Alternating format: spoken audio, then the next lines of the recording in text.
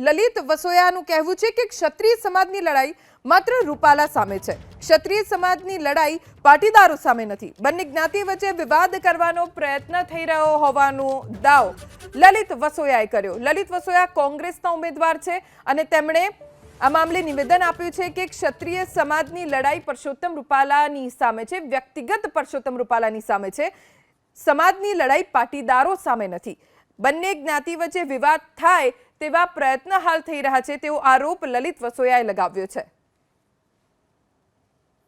ભારતીય જનતા પાર્ટીના અમુક આગેવાનો આ ક્ષત્રિય સમાજની રૂપાલા સામેની વ્યક્તિગત લડાઈને બે કોમ વચ્ચેની, બે સમાજ વચ્ચેની લડાઈ બનાવવા માટેનો જે હીન પ્રયાસ કરી રહ્યા છે એ પ્રયાસને હું વખોડું છું અને સાથે સાથે મારા પાટીદાર સમાજને પણ વિનંતી કરું છું કે રૂપાલાજીને તમારે મત આપવો હોય તો આપો, તમારે રૂપાલાજીને સમર્થન આપવું હોય તો આપો.